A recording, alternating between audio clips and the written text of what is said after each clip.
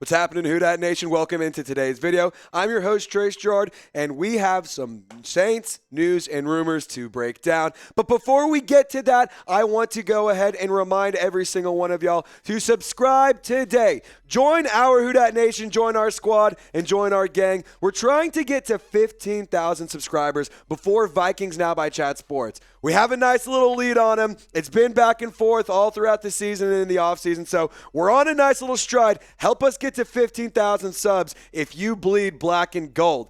All right, so let's break this thing down. Tom Pelissero recently came out with a report saying that the Rams have actually had trade talks with six-time Pro Bowl Jalen Ramsey, and sources say that and they also believe that he will be dealt in coming weeks. He is 28 years old. He's due $17 million in 2023 on a front-loaded deal that averages $20 million. And LA is clearing cap space. They just moved Bobby Wagner and cut him. They're clearly trying to create some space and create some money after they bought in and went all in and won that Super Bowl last season, or the season before this past one.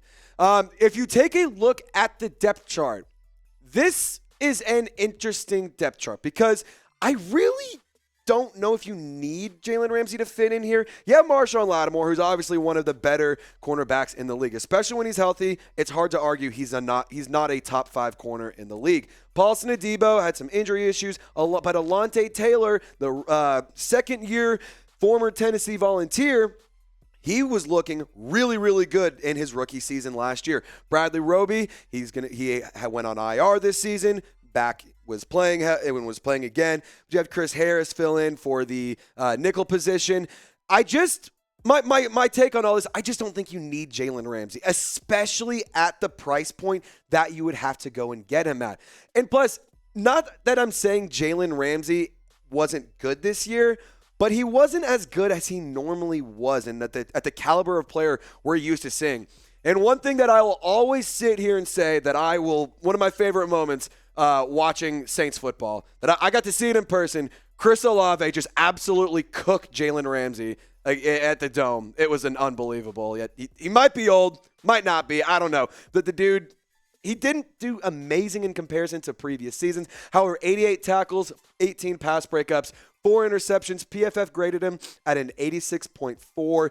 Like I said, the money is where it gets tough for the Saints because, as we know, no money. You're negative money. Money's being moved around. Things are happening. Players can be cut. Contracts can be restructured and all that. And as we all know, the salary cap isn't actually real. It doesn't exist. So at the end of the day, if you really wanted to make it happen, you could, but it would be expensive. His 2023 cap hit $25.2 million. A trade before June 1 is $5.6 million. Trade savings after is $17 million. So there's clearly a big difference between those two numbers. Restructured savings would be about $10.56 million. The new team would owe 3 years, $55 million. And there are reports saying that he would want his contract or a new contract. And so things can happen. Things can be weird. I don't think that this could happen. I don't think it makes much sense for the Saints. But this show isn't about me. It's all about you guys. Should the Saints trade for Jalen Ramsey? Type T for trade, type P for pass. Let us know in the comment section. And while you're down there, I'm going to have the link to the Saints jerseys that we are selling on Fanatics. They are Nike. They are 100% authentic. No shiesties, no fugazis, no nonsense. You can go get yourself any Saints jersey that they have available.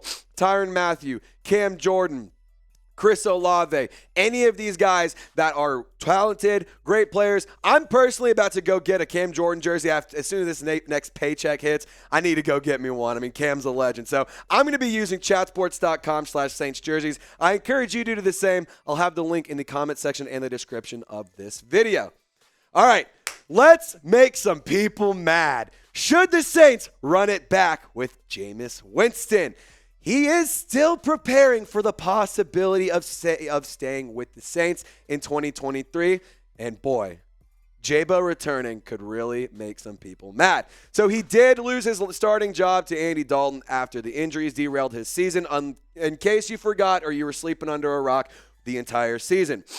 Jameis Winston, he is under contract through the Saints through 2023. If they cut him post June 1, the Saints would save $12.8 million. So that is a notable amount of money that they could get back in order to address other needs in the free agent market. Here's actually what Jameis Winston had to say about returning to the Saints. He said, technically, and this was at the HBCU Bowl, or that he was at this past weekend, Technically, I'm not a free agent just yet. I have one more year under contract. My main thing right now is making sure I just stay healthy and be ready to play. That's the only thing that's on my mind. I've got to be ready to play because when given the opportunity, I look forward to taking advantage of it.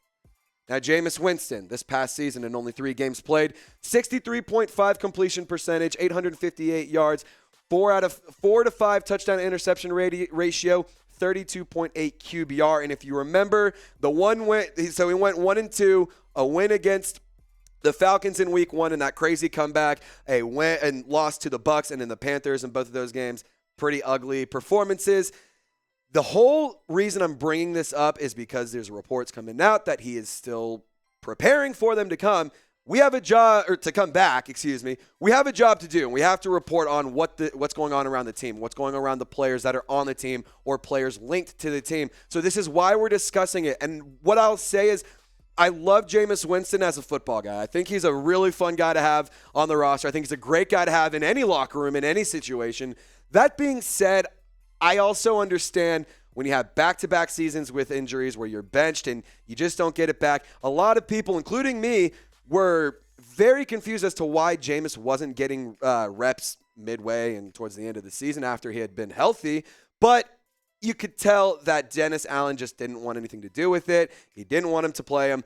I think it was an unfortunate way for Winston's season to pan out, but at the end of the day, I'm not the one who makes the decisions. I'm just talking about it on YouTube. I want you guys though to let me know, what should the Saints do with Jameis Winston? Type C for cut, type K for keep. I like Jameis again, and I think that he's a great guy, and I think he's a great football dude.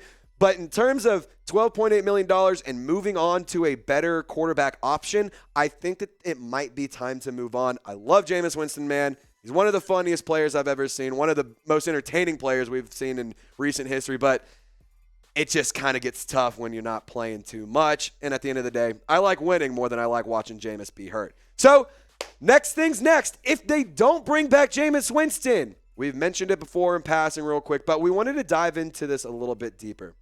Could Baker Mayfield actually be a good fit in New Orleans? Could it make more sense than people are realizing and people are talking about? Because my thing on Baker Mayfield is I don't think he's a bad quarterback. I think that he's never been in a great situation. I think that he's never been in a awesome spot, with a phenomenal supporting cast around him. I'm not saying that that's the reason, that is the sole reason that he hasn't been as successful as he could be. But let's also not forget, Baker Mayfield is a gamer. The dude's a football guy. 60% completion percentage, 2,163 yards, 10 touchdowns, 8 interceptions this past season.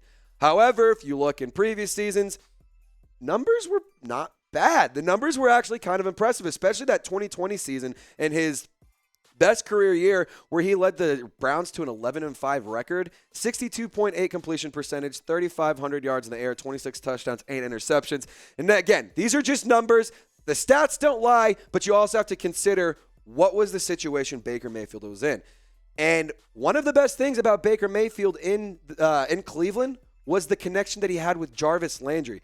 And I just want you guys to hear me out. What if the Saints look at signing Baker Mayfield and then re-signing Jarvis Landry? Because those are two players that could, one, fill a position of need of a aggressive pass catcher in the slot with Jarvis Landry, who's also a veteran and can help continue to teach and groom the young guys like Rashid Shaheed, Juwan Johnson, Chris Olave. And I will continue to say a veteran presence in a spot like that never hurts. But I think that this is pretty interesting. 55 games played. Jarvis Landry with Baker Mayfield had 265 receptions, 3,273 yards, and 18 touchdowns.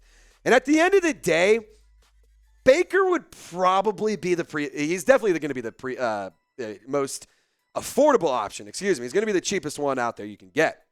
However, a one-year deal with a lot of incentives, I don't think would be terrible. If you miss out on Derek Carr because Aaron Rodgers decides, hey, I'm going back to Green Bay or for whatever reason, then he wants to go to the Raiders or what. Point being, the Jets have met with Derek Carr. They could easily, like without even blinking an eye, outbid the Saints without question. So I think that if you get in a situation where you don't want to run it back with Jameis Winston, you don't want to go with Derek Carr, Jimmy Garoppolo is also extremely expensive. Baker Mayfield might be a guy that the Saints could and should look at to bringing back.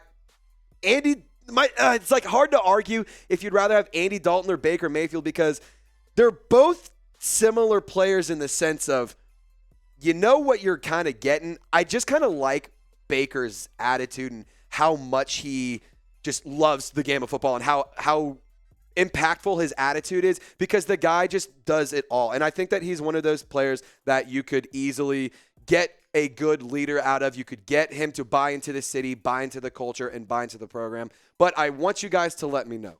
Should the Saints, should New Orleans sign Baker Mayfield? Type S for sign, type P for pass. Take advantage and let me know in the comment section. And also, I'm going to have the links to my Twitter and my Instagram in the comments. So please feel free to hit me up if you ever want to chop it up and talk ball at Trace Girouard 48 on both Instagram and Twitter. If you shoot me a DM, I promise you I'll hit you back and let's chop it up about some Saints football.